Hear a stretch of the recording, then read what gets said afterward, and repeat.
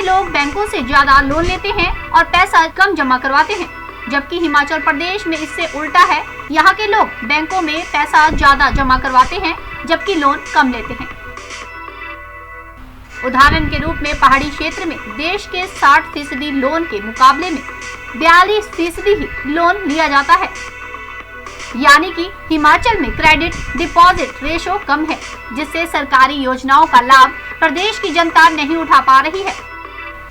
यह जानकारी मुख्य सचिव हिमाचल सरकार राम सुभग सिंह ने बैंकर समिति की बैठक में दी। राम सुभग सिंह ने कहा कि कोरोना काल में सबसे ज्यादा प्रभावित ट्रांसपोर्ट सेक्टर और पर्यटन क्षेत्र को पहुंचा है, इसलिए इस क्षेत्र को उभारने के लिए सरकार ने सस्ती ब्याज दरों पर लोन देने का निर्णय लिया था, लेकिन बैंक लोगों को इसके साथ जोड़ नहीं पा रहे हैं। बैंकों को निर्देश दिए गए हैं कि वे ऐसे मामले का निपटारा जल्द कर सके ताकि हिमाचल प्रदेश के लोगों की आर्थिक स्थिति सुधर सके, सरकारी योजना का लाभ लोगों तक पहुंचे। इसके लिए बैंकों को जरूरी दिशा निर्देश दिए गए हैं। मैंने आज 2-3 बातें बैंकों के जितने सीनियर ऑफिसर्स थे उनको रिक्वेस्ट करी है।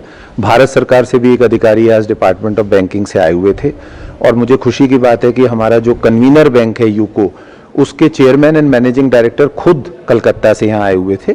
तो मैंने 2-3 बातें बोली हैं। एक तो ये बोला है कि जो हमारे प्रदेश की फ्लैगशिप प्रोग्राम्स हैं मुख्यमंत्री के, चाहे वो मुख्यमंत्री स्वावलंबन योजना है, चाहे वो हमारी दूसरी स्कीम्स हैं, पर्टिकुलरली जो हमने इंटरेस्ट सबवेंशन दिया है on the transport and tourism sector, कि आपको पता है सबसे ज़्यादा कोविड में अगर कोई नुकसान हुआ तो ट्रांसपोर्ट और टूरिज्म को हुआ है।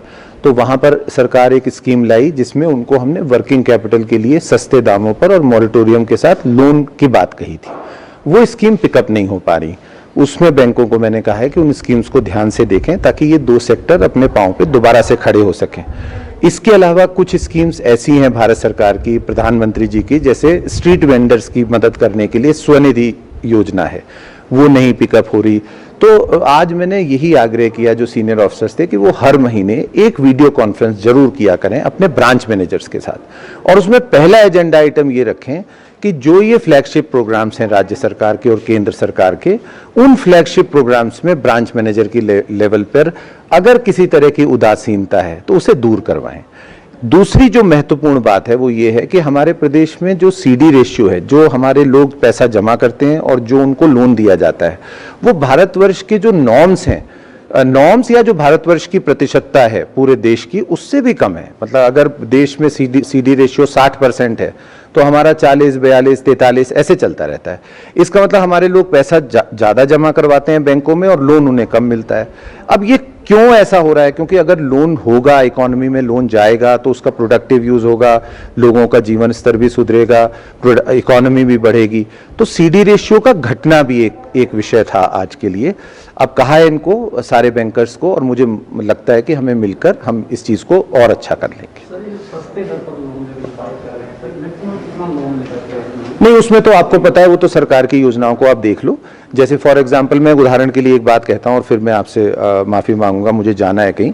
जैसे हमने 2 लाख रुपए पर बस पे ट्रांसपोर्ट वालों को दिया है कि जो ट्रांसपोर्ट प्राइवेट ऑपरेटर्स हैं, अगर उनके पास बसें हैं तो वो हर बस पे 2 लाख रुपए का लोन ले सकते हैं वर्किंग कैपिटल के लिए, और उसमें हमने 20 लाख की अपर लिमिट रखी है।